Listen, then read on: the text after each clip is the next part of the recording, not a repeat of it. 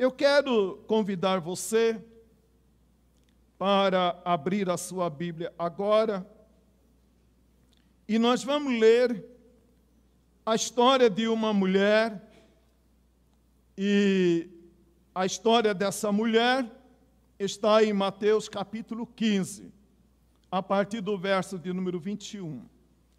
Aí talvez alguns irmãos vão dizer, eu já conheço essa história. Eu acho que o pastor pregou sobre a história dessa mulher não faz muito tempo mesmo, né? Foi no dia 3 de abril, nós pregamos sobre a história dessa mulher extraordinária. Mas hoje eu quero pensar com os amados irmãos 3 lições que nós aprendemos com essa mulher extraordinária. A história dessa mulher, eu quero aqui destacar 3 coisas nesta noite. Mas antes nós vamos ler a história dessa mulher, que está então em Mateus capítulo 15, verso de número 21 até o verso de número 28. Partindo Jesus dali, retirou-se para os lados de Tiro e Sidom. E eis que uma mulher cananeia, que viera daquelas regiões, clamava: Senhor, filho de Davi, tem compaixão de mim. Minha filha está horrivelmente endemoniada. Ele, porém, não lhe respondeu palavra. E os seus discípulos, aproximando-se, rogaram-lhe: despede-a, pois vem clamando atrás de nós. Mas Jesus respondeu: não fui enviado senão às ovelhas perdidas da casa de Israel. Ela, porém, veio e o adorou, dizendo: Senhor, socorre-me. Então ele, respondendo, disse: não é bom tomar o pão dos filhos e lançá-lo aos cachorrinhos. Ela, contudo, replicou: sim, Senhor, porém os cachorrinhos comem das migalhas que caem da mesa dos seus donos. Então lhe disse Jesus: ó mulher, grande é a tua fé, faça-se contigo como queres. E desde aquele momento a sua filha ficou sã. Agora eu quero convidar os irmãos para abrir a sua Bíblia em Mateus capítulo 5. Mateus capítulo 5, a partir do verso de número 2. E vamos ler esses versos fazendo alguma comparação para introduzir a nossa meditação sobre essa mulher e as lições que eu quero passar para os amados irmãos hoje à noite. Nós estamos estudando o Sermão do Monte, né? E aqui nós temos nessa parte, como parte do Sermão do Monte, aquilo que a Bíblia, Mateus, chama de as bem-aventuranças. Eu digo, amado, que aquela mulher, ela era uma mulher extraordinária, e eu posso perceber muito bem, quando eu olho para Mateus capítulo 5, verso de número 2, quando o Senhor nos diz nesse versículo da palavra: bem-aventurado os humildes de espírito, porque deles é o reino dos céus. Bem-aventurado os humildes de espírito, porque deles é o reino dos céus. Aquela mulher, quando ela vai ali apresentar o seu pedido a Jesus, ela aparentemente, quando lemos a palavra de Deus, ela foi tratada com indiferença, ela foi tratada com desprezo, ela foi também olhando para a palavra. Nós vamos perceber que essa mulher, além dela ser tratada com indiferença, além dela ser tratada de maneira que não era muito conveniente, aquela mulher também ela foi humilhada. Nós temos uma dificuldade e muitas vezes, amado, quando nós olhamos assim rapidamente para a história dessa mulher, a gente fica pensando, como é que é? Jesus chama aquela mulher desesperada, aquela mulher vulnerável, aquela mulher desesperada. Jesus chama aquela mulher, olha a consideração que Jesus dá àquela mulher e para com o seu pedido. A gente sente até um pouco com dó daquela mulher, a maneira como acontecem as coisas. Mas quando nós olhamos para a palavra de Deus, amado, aqui Mateus 5, e a palavra de Deus diz, bem-aventurado os humildes de espírito, porque deles é o reino dos céus. Nós vamos perceber, amado, aí, quando olhamos para esses versos da palavra, e ver como essa mulher, ela era uma mulher extraordinária.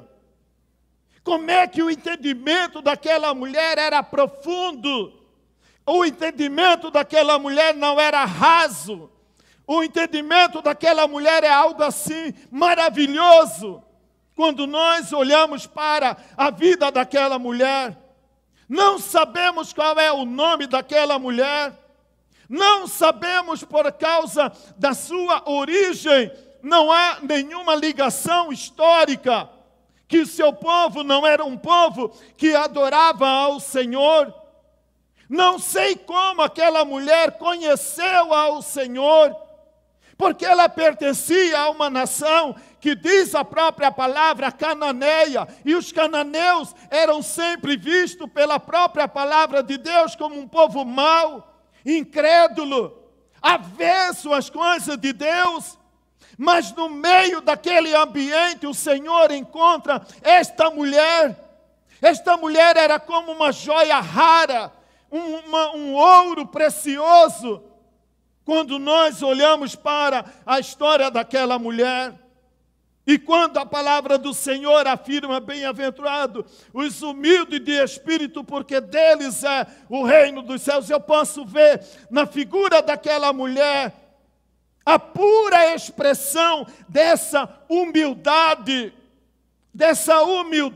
que está além, muitas vezes, amado, da nossa compreensão.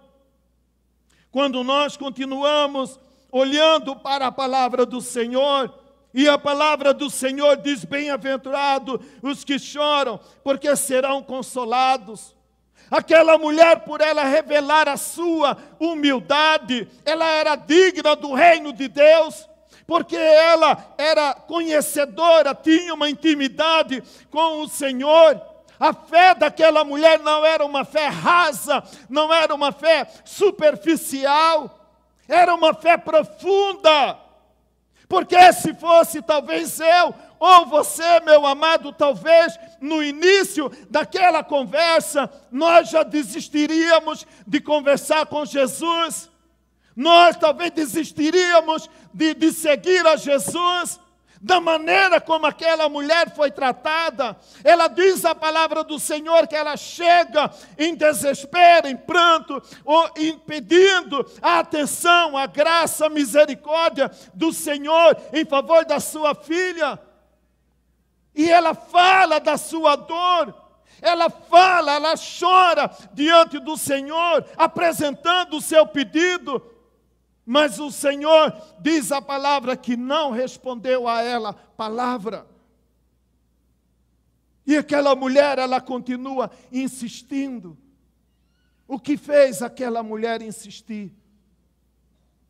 O que fez aquela mulher não parar foi porque ela tinha uma profunda compreensão de quem era Deus. Ela tinha uma profunda compreensão. Ela tinha uma experiência com Deus. Ela conhecia de maneira profunda ao Senhor. E independente do que acontecesse naquela ocasião, eu creio, meu amado, que a fé daquela mulher não ia mudar. Muitas vezes a nossa fé no Senhor está confiado num ato de milagre que nós esperamos, mas muitas vezes esse milagre não vem, esse milagre não acontece. A fé daquela mulher não era condicionada, a fé daquela mulher era algo muito profundo. E essa mulher, então, ela agora coloca diante do Senhor o seu pedido, e a Bíblia então diz: bem-aventurados que choram, porque serão consolados. O que fez aquela mulher permanecer é que ela sabia que o seu choro não era vão no Senhor. Eu estou chorando, mas o meu choro não é vão no meu Deus. Eu sei que o meu Deus é real. Eu sei que meu Deus me valerá. Eu sei que meu Deus vai me atender. Eu sei que meu Deus vai fazer. E por isso a palavra do Senhor, esse versículo também encaixava muito bem na fé daquela mulher. Bem-aventurados os que choram, porque serão consolados.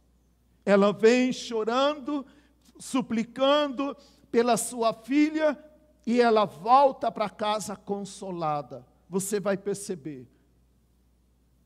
Você talvez já até percebeu. Continua a palavra do Senhor a nos dizer: bem-aventurados os mansos, porque herdarão a terra. A mansidão daquela mulher, era algo também extraordinário. Ela foi aparentemente desprezada, ela foi aparentemente maltratada, mas o seu caráter não mudou por causa daquela experiência, por causa daquele momento. A sua fé não alterou. E eu posso olhar para esse verso da palavra: bem-aventurados mansos, porque herdarão a terra. Ela recebeu aquilo que ela foi buscar, porque ela revela a sua mansidão. Ela revela a sua mansidão. Continua a palavra do Senhor a nos dizer: bem-aventurados que têm fome e sede de justiça, porque serão fartos. Aquela mulher, ela tinha um pedido, e ela clamava por justiça. Senhor, não é justo a minha filha sofrer desse jeito. Não é justo, Senhor. Eu não sei, amado, como aquela menina ficou do jeito que ela estava, endemoniada. Eu não sei o que aquela menina fez para que o estado dela estivesse como estava. Mas uma coisa eu posso olhar para a palavra do Senhor, mas ela tinha uma mãe que tinha fome e sede da justiça de Deus. E porque ela tinha sede e fome da justiça de Deus, ela voltou para sua casa farta, saciada. E também a palavra do Senhor nos diz: bem-aventurados os misericordiosos, porque alcançarão misericórdia. Aquela mulher tinha um coração misericordioso, um coração contrito e quebrantado diante do Senhor. E a palavra do Senhor diz que o Senhor, Ele não despreza o coração contrito e quebrantado. ela se humilha diante do Senhor. E ela também é aparentemente humilhada ali na presença daquelas pessoas. Você pode muitas vezes sentir-se humilhado diante de alguém, mas a humilhação é mais dolorida quando essa humilhação é pública. Ela foi humilhada pelo Senhor. Quando nós olhamos assim, rapidamente para a palavra, essa mulher foi tão humilhada pelo Senhor. Ela foi humilhada diante das pessoas, mas por ela ser um coração misericordioso, naquele dia ela alcançou misericórdia. Agora eu quero voltar, pensando nesta mulher, novamente nesse texto de Mateus capítulo 15, verso 21 e o verso de número 22. A Bíblia diz: eis que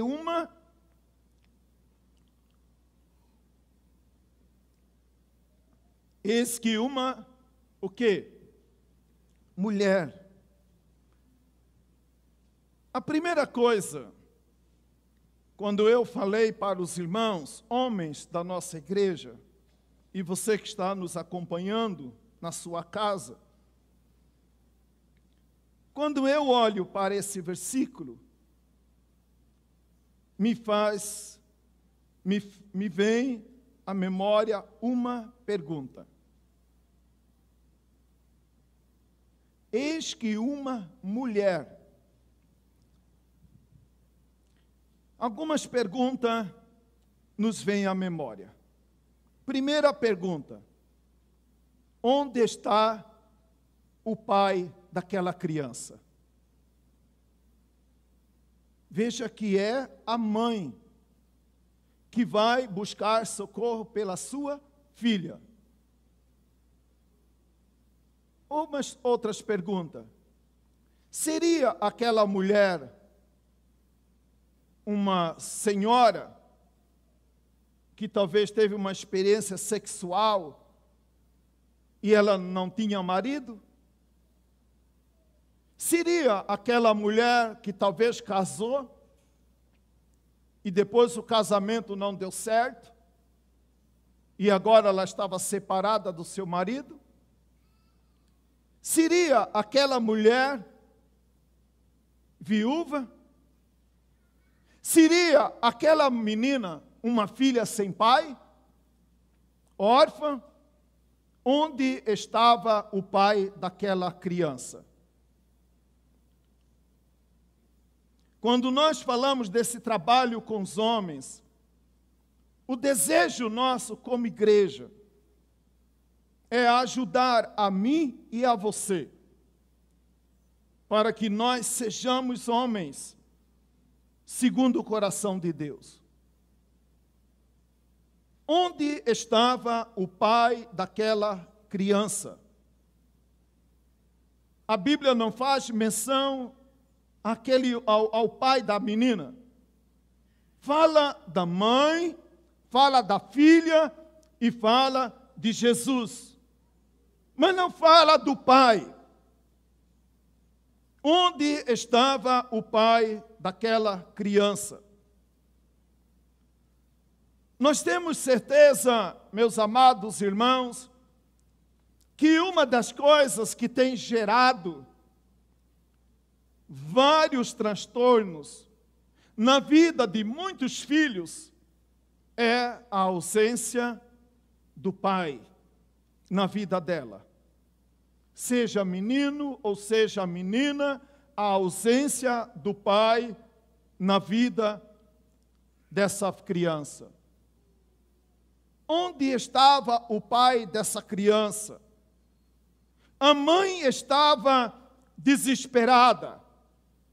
A mãe estava ali suplicando pela sua filha. Mas o pai, não há nenhuma menção do marido dessa mulher. Amado irmão, receba essa palavra. Mas uma das coisas que eu já falei, que tem gerado muito transtorno na vida de muitas meninas e de muitos meninos, é a ausência de um pai na vida da criança. A ausência do pai na vida do menino. Muitos distúrbios, eles são muitas vezes desenvolvidos pela ausência dessa figura tão importante na vida da criança. Aqui temos uma mãe desesperada, uma mãe. Eu fico impressionado, amado, veja bem como isso é para nos ensinar. A mãe, ela é capaz de deixar tudo e ir aonde seu filho estiver. Mas nós, homens, muitas vezes não temos a mesma sensibilidade que a mulher tem. Aquela mulher, ela olha para a sua filha, ela vê que alguma coisa precisa ser feita em favor da sua filha. E ela então deixa a sua casa, ela deixa o seu lugar de conforto, e ela certamente, sabendo que Jesus estava passando ali na região onde ela morava, talvez aquela mulher esqueceu que tinha roupa para lavar, tinha casa para arrumar, tinha obrigações para fazer. Ela deixa tudo e vai em busca de socorro para a sua filha. Porque ela certamente, amado, ela entendeu que o que era mais importante para ela não era a roupa para lavar, não era a casa para arrumar, mas era a situação da sua filha. Ela deixa. Como que eu sei? Amado, é fácil, não precisamos parar para dizer, meditar, mas ela deixa. E ela vai ali em busca de socorro para a sua filha. E ela segue a Jesus, e ela vai clamando ali, seguindo a Jesus, dizendo: Senhor, filho de Davi, tem compaixão de mim. Mas não era ela que estava endemoniada, ela era a sua filha. Mas ela tinha uma capacidade muito grande de entender que o problema da minha filha é meu problema. Não é problema da minha filha. Ah, não é, pastor, esse aí é problema do meu filho, não é meu problema. Não, amada, essa mulher tinha uma sensibilidade muito grande para entender: problema da minha filha é meu problema também. É meu problema também. Eu sou o pai dessa criança. Eu sou o pai dessa menina. A mãe deixa tudo. Deixou o seu trabalho, deixou os seus afazeres, deixou a sua ocupação. Porque o problema da minha filha é o meu problema. Tipo assim, mexeu com a minha filha, mexeu comigo. Não é deixa para lá, é problema da minha filha. Eu tenho muito trabalho para fazer, eu tenho muita coisa para resolver. Não, amado, muitas vezes, amado, como já mencionamos, muitas vezes, amado, essa ausência, essa falta de sensibilidade. O que teu filho precisa, amado, não é um celular da última geração. Não é o perfume mais caro que você pode comprar. Muitas vezes o que o seu filho, a sua filha está precisando é da sua presença. E muitas vezes ela até comete algum erro para chamar a sua atenção. Ela até comete alguns exageros numa tentativa de dizer: olha para mim, deixe as suas coisas, olhe para mim. Não sabemos, amado, quem era o culpado daquela menina estar endemoniada. Mas a menina estava endemoniada. Ah, pastor, a culpa não é minha. Sim, meu amado, muitas vezes a culpa não é minha. A culpa não é sua, minha amada, mas é sua filha. É o seu filho. Não significa nada. Não é importante para deixar um pouco as suas coisas, para dar um pouco de atenção, prestar mais atenção aonde está indo, com quem está andando, o que está vendo. Filha, me dá aí o seu celular, eu quero dar uma olhada. Não, pastor, é invasão de privacidade. Quem disse isso? De onde se tirou essa ideia? Ah, pastor, eu não posso entrar no quarto dela ou dele, né, porque ele preciso respeitar a privacidade. Amado, você como pai, eu como pai posso não estar entrando, mas tem muita gente terrível entrando no quarto da sua filha. Tem muita gente terrível entrando no quarto do teu filho. Olha no celular dele. Olha no computador dele. Você vai perceber com quem ele está falando. Aí você preocupado com a privacidade do menininho, da menininha. Aquela mulher, ela tinha uma sensibilidade muito grande. E ela vai em busca de socorro pela sua filha. É verdade, amado, quando nós olhamos para Gênesis capítulo 1, verso de número 26 ao verso de número 31, que Deus deu à mulher muitas capacidades. E a mulher não é inferior ao homem. O homem não é superior à mulher. Mas a coisa, amado, que Deus deu somente a mim, como homem. E no plano de Deus não tem como, por mais que queiram mudar, mas no plano de Deus sempre será. Homem é homem, mulher é mulher. E cavalo é cavalo. Não adianta, cavalo não vai ser outra coisa. Não adianta, amado. Algumas capacidades Deus deu somente para mim. A mim como homem. E aí, amado, mais uma vez nós temos um exemplo. Quando Paulo escreve a Timóteo, 2 Timóteo 2,14, a Bíblia diz que Adão não foi iludido, mas a mulher, sendo enganada, caiu em transgressão. Veja bem, amado, aqui a história dessa mulher Sírio-Fenícia. Não temos nenhuma menção ao homem.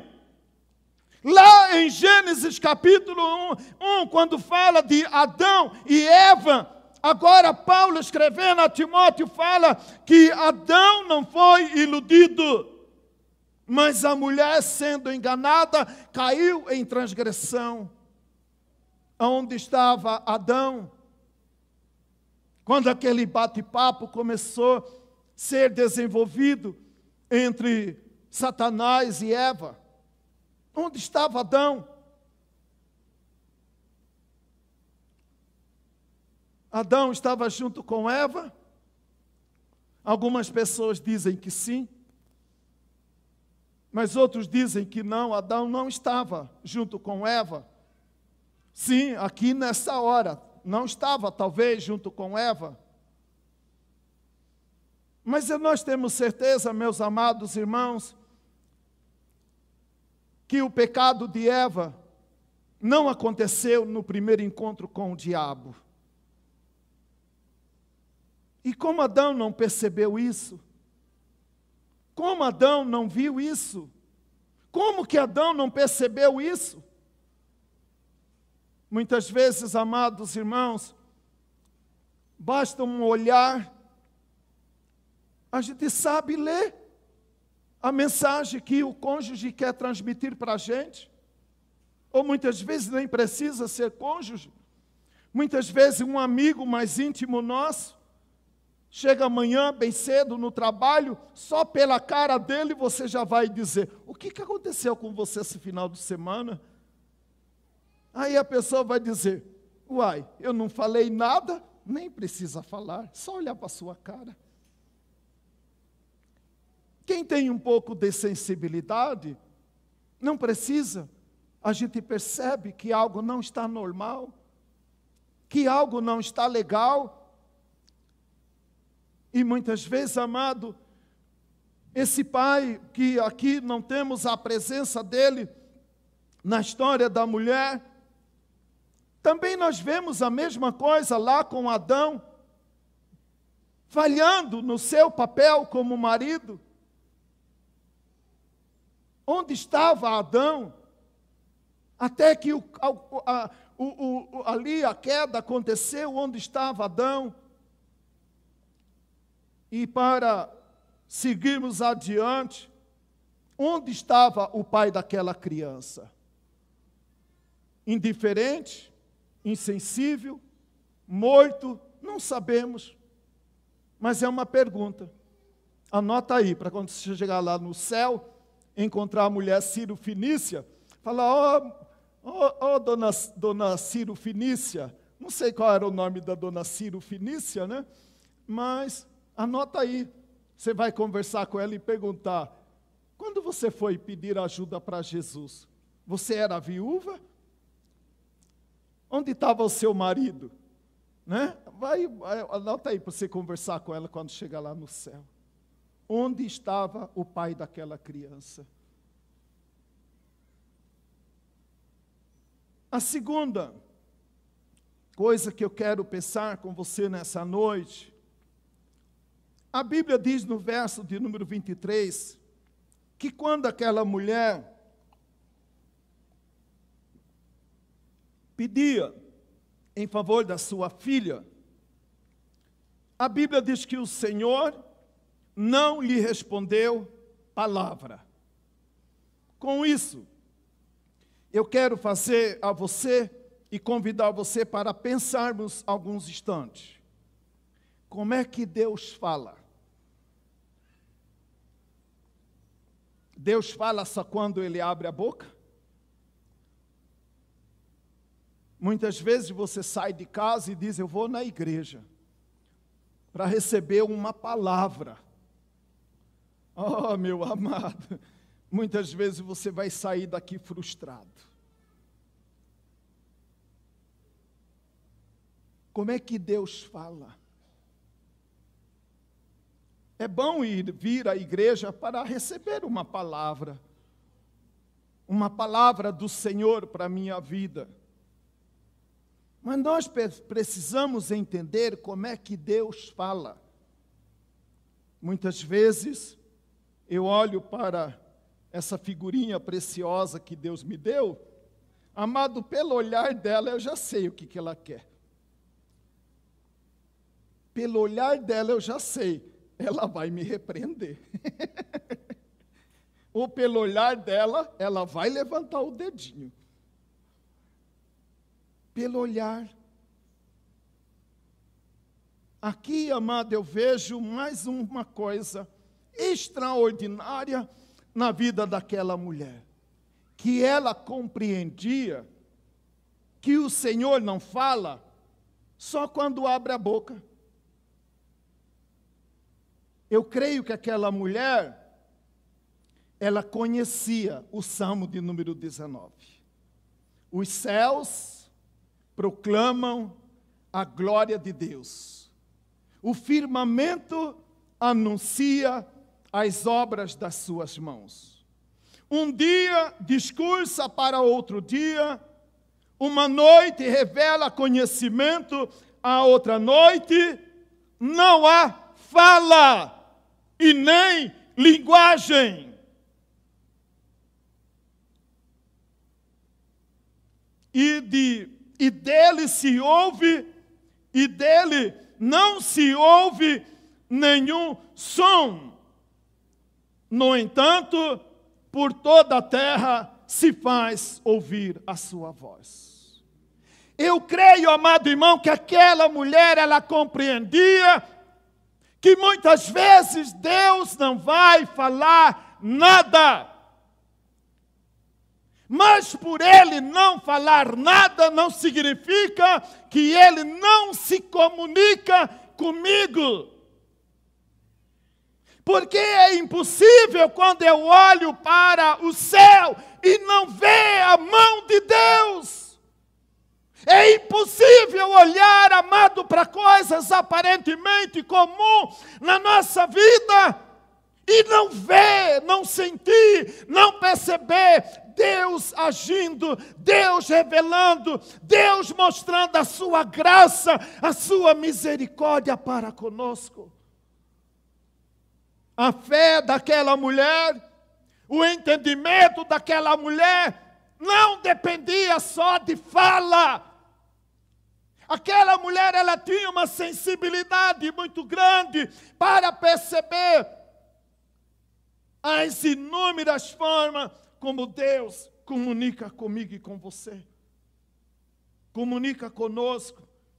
E certamente aquela mulher, ela poderia muito bem dizer: eu olho para o céu, eu olho para o firmamento. Aqui ela diz um dia, o salmista diz um dia discursa para outro dia. Como? O dia fazendo discurso? O dia é candidato para alguma coisa? Subir no palanque, fazer um discurso? Você entende o que eu quero dizer? Mas a Bíblia diz que Deus, aquela mulher entendia, se o Senhor falar alguma coisa, eu vou sair daqui dando glória a Deus. Mas se o Senhor não falar também, eu vou sair da mesma maneira dando glória ao Senhor. Ela sabia quem era o Deus dela. Você sabe quem é o seu Deus? Você conhece quem é o seu Deus? O seu Deus pode a cotação, o ibope dele melhorar se fazer o que você quer? O que você pede? Aquela mulher, ela pede, ela clama, ela suplica, e a Bíblia diz que o Senhor não respondeu palavra. Os discípulos incomodados com aquela situação, tipo assim: Jesus, se o Senhor não vai falar nada, então despede essa mulher. Vamos ficar livre dessa mulher. Vamos desimpedir essa mulher, para que essa mulher pare de nos perturbar. Os discípulos, amados, tinham um entendimento do que estava acontecendo muito superficial. Mas aquela mulher, ela sabia o que estava acontecendo. Mesmo no silêncio de Deus, ela entende o que está acontecendo. Mesmo quando o Senhor não fala nada, ela sabe do que está acontecendo. E por isso ela não para. Por isso ela não desiste.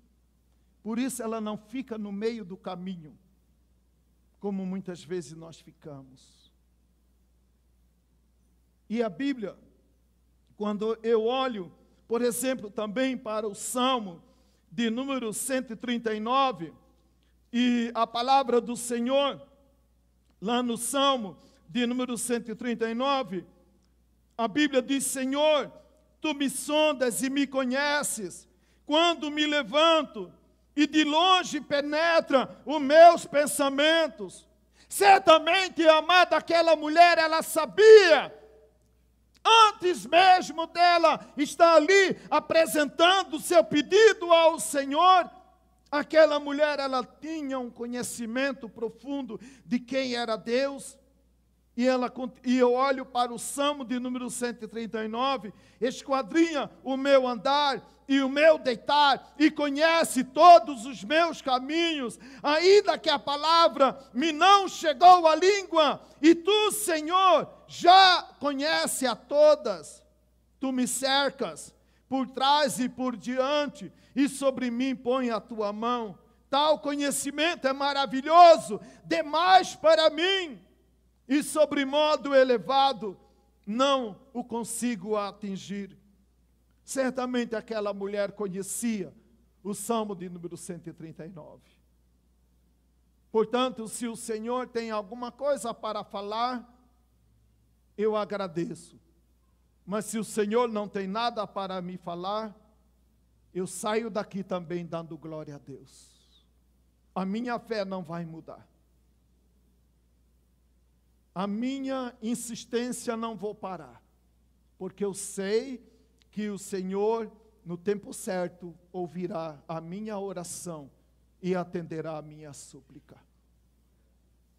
Eu tenho receio, amado, muitas vezes aquelas pessoas que saem de casa em busca de uma palavra do Senhor. Eu tenho um receio muito grande quando algumas pessoas, a sua vida é movida à campanha.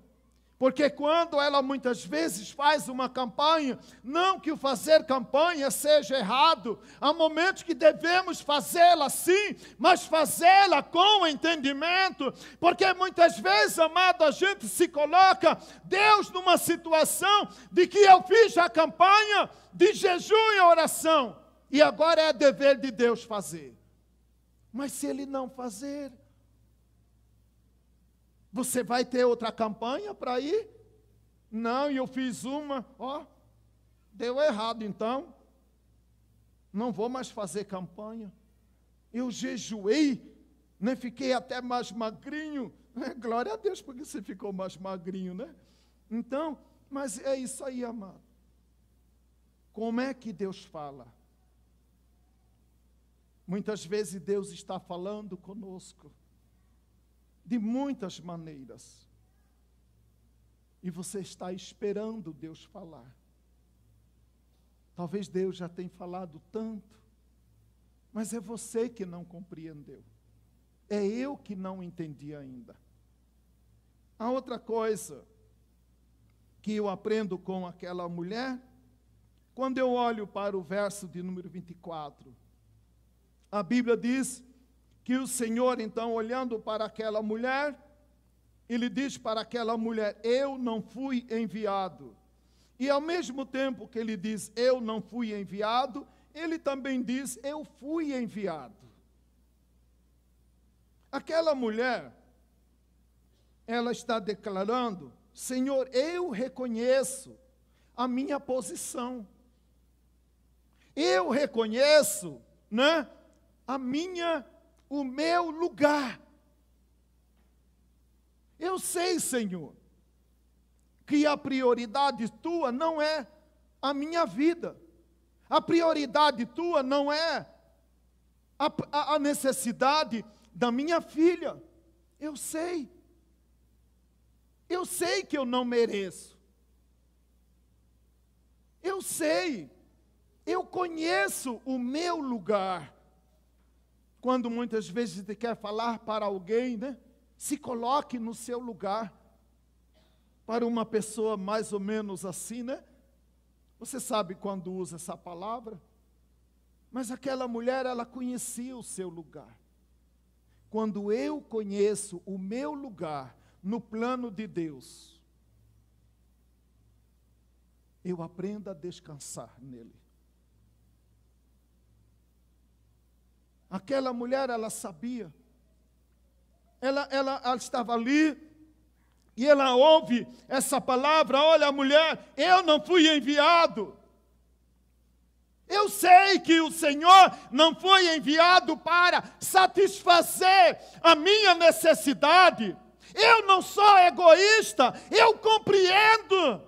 Se o Senhor libertar a minha filha, o Senhor continua sendo Deus. Se o Senhor libertar a minha filha, eu continuarei servindo ao Senhor. A minha fé, a minha alegria, o meu prazer de servir ao Senhor não está condicionado a esse milagre, porque é o maior milagre que o Senhor poderia me dar. Eu já tenho. Porque um dia, essa minha filha endemoniada, como eu também, morreremos. Mas quando meus olhos fechar aqui na terra, Ele vai abrir lá no céu. Se o Senhor libertar a minha filha, glória a Deus, porque o Senhor libertou a minha filha. O Senhor vai gerar uma alegria muito grande no meu coração. O Senhor vai gerar uma emoção, um sentimento de louvor, de gratidão muito grande em mim. Então ela continua focada no seu desejo, ela continua focada no seu projeto. Aquela mulher, o Senhor diz para ela: eu não fui enviado, eu fui enviado para as ovelhas perdidas da casa de Israel. Você não é da casa de Israel. Sim, Senhor, porque eu não sou da casa de Israel. No entanto, Senhor, eu não sou menos digna do que as mulheres de Israel. Eu reconheço o meu pecado, a minha condição, a minha posição. Ela reconhece e ela se coloca ali. E o Senhor, então, a Bíblia diz que o Senhor olha para aquela mulher, ela diz: né, minha filha está endemoniada, horrivelmente endemoniada. A Bíblia diz que ele permaneceu em silêncio.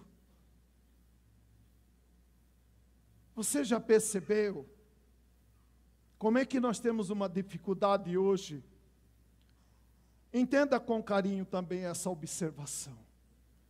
Você já percebeu que hoje nós temos tanto problema com o silêncio, que até para vir na igreja a gente não vem sem celular? Por quê?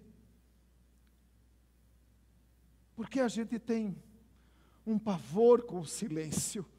A gente quer ficar mexendo em alguma coisa, a gente quer ficar ocupando-se de alguma coisa. Há um incômodo muito grande dentro de nós, um desassossego muito grande dentro de nós. Eu não fui, quando o Senhor disse eu não fui enviado, ela adorou. Veja bem, meu amado, o que eu aprendo aqui com essa palavra? Ela adorou, ela pediu, ela suplicou, ela ali clamou ao Senhor. E eu creio, amado, que talvez a última coisa que faltava para aquela mulher era se colocar numa posição de adoração. Muitas vezes, amado, você já pediu, você já clamou, você já jejuou. Olha, pastor, eu já fiz de tudo que eu podia fazer. Eu não sei mais agora o que fazer. Não sabe o que fazer? Comece a adorar ao Senhor. Paulo e Silas estavam presos na cidade de Filipos. Não tinha muita coisa para fazer. Mas quando Paulo e Silas, quando parece que não tinha mais recurso, não tinha mais alternativa para Paulo e Silas fazerem, o que eles fazem, meu irmão? Eles começam a orar e adorar ao Senhor. Eu já pedi, não vejo possibilidade, não vejo saída, não vejo alternativa. Agora, Senhor, a única coisa que eu posso fazer é te adorar. É te adorar. E ela começa a adorar ao Senhor. E a Bíblia, a palavra do Senhor, nos diz, amado, que Deus não rejeita ao coração contrito e quebrantado. Muitas vezes, amado, Deus quer trabalhar na minha vida. Ele quer me ensinar alguma coisa. E eu preciso entender. Quanta coisa nós podemos aprender hoje pela experiência daquela mulher. Devemos agradecer a Deus pela vida dessa mulher. Quanta coisa nós aprendemos com ela. Mas ela pagou o preço. Alguns não gostam muito dessa expressão, mas ela pagou o preço. E muitas vezes, amado, através da minha experiência, e a minha experiência é a minha experiência com Deus, como a sua experiência é a sua experiência com Deus. Mas através da experiência que você passa com o Senhor, Deus vai te usar para que através da tua vida o nome do Senhor seja glorificado. Quanta coisa aprendemos com essa mulher hoje. Para ela foi difícil passar por aquela situação que ela estava passando, mas ela entendia que todo propósito, tudo na vida com Deus tem um propósito. E ela entendeu o propósito daquela experiência. Ela adora ao Senhor. Ela adora ao Senhor. Lucas capítulo 18, a palavra de Deus diz que o Senhor nos conta uma história.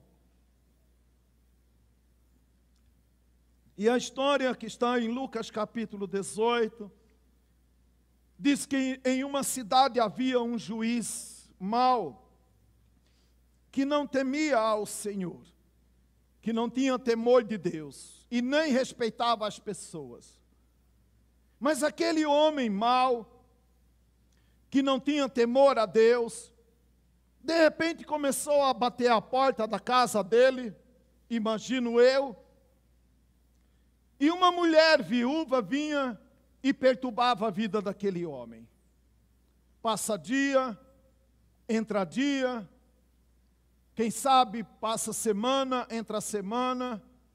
entra mês, sai mês, aquela mulher batendo a porta daquele homem. Então aquele homem, ele diz, para não mais ser perturbado por essa mulher chata, que vem me perturbar todo dia, é verdade que eu não temo a Deus, e nem respeito as pessoas, mas para que essa mulher pare de me perturbar, eu vou resolver a causa dessa mulher. E ele resolve a causa daquela mulher. Aí o Senhor nos faz uma pergunta. Quanto mais o Senhor não fará justiça por cada um de nós. Um homem sendo mau, nem que for para ficar livre do problema, atende aquela mulher. Mas ao mesmo tempo, nesse mesmo texto, o Senhor ele faz uma colocação. Será que quando os filhos do homem vier, achará fé sobre a terra? Fé como dessa mulher, Ciro Fenícia, que não desistiu, que permaneceu firme servindo ao Senhor. E aí, para concluir, Marcos capítulo de número 7, no verso de número 30, onde Marcos conta a mesma história da mulher Ciro Fenícia, termina dessa maneira. Marcos termina em Marcos 7, 30, termina a história dessa maneira. Voltando a mulher para casa, achou a menina sobre a cama, pois o demônio havia deixado aquela menina. Parece, amados irmãos, que diante de tudo que aconteceu, a história dessa mulher, dessa menina, poderia terminar de uma maneira apoteótica, com muita queima de fogos e anúncio na televisão. uma coisa assim extraordinária. O final da história dessa mulher parece aquele filme que você assiste e aí no final você fica meio frustrado. Que final sem graça? Sem graça para você. Mas para aquela mulher, há muito tempo que ela não via sua filha deitada e dormindo. Quando aquela mulher volta para casa, minha filha não está mais perturbada,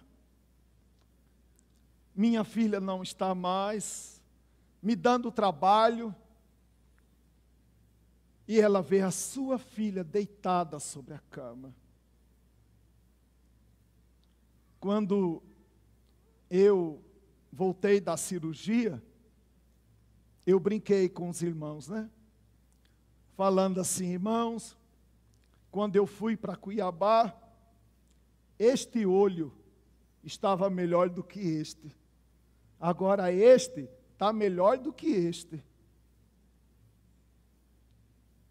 Aí você fala assim, não entendi. Amado, mas eu entendi, porque a experiência foi minha. Eu apenas quis me alegrar com vocês. E aí quando eu e minhazinha, meu cunhado, foi nos levar e buscar, eu estava que nem uma criança, amado. Eu podia olhar assim e falar, meu Deus, olha que letra bonita, a letra está viva, né? Os irmãos viram aqui, amado, eu agora posso ler a Bíblia sem óculos. Né? Eu fico olhando minhas fotos, tudo com óculos. Não é porque eu ficava mais elegante, porque eu uso óculos, né? Não sei se tem jeito de ficar mais elegante, né? A madeira é meio bruta, né? Mas eu estava que nem criança, amado, naquela rua de Cuiabá, olhava os letreiros, as letras tudo claras. Olha, eu dizia, olha, que coisa bonita, as letras tudo claras. Quando aquela mulher voltou para casa, ela sabia, não tem mais perturbação na minha casa. Aquilo que nos perturbava não perturba mais. Aquilo que me incomodava não me incomoda mais. Aquilo que tirava a minha paz não tira mais. Porque Jesus entrou na história da minha filha. Porque Jesus entrou na minha casa. Porque Jesus entrou na minha família. E quando Jesus entra, amado, é impossível. Mesmo que fica meio abobado assim, né? Porque agora pode ler sem óculos e parece que as letras não é mais pequena, né? Oi, glória a Deus, aleluia, né? E vai ficar ainda, amado, mais melhor de bom, porque daqui um dia eu vou fazer cirurgia do olho direito. Aí, irmã Dazia, você aguenta, o quanta coisa que eu vou ver.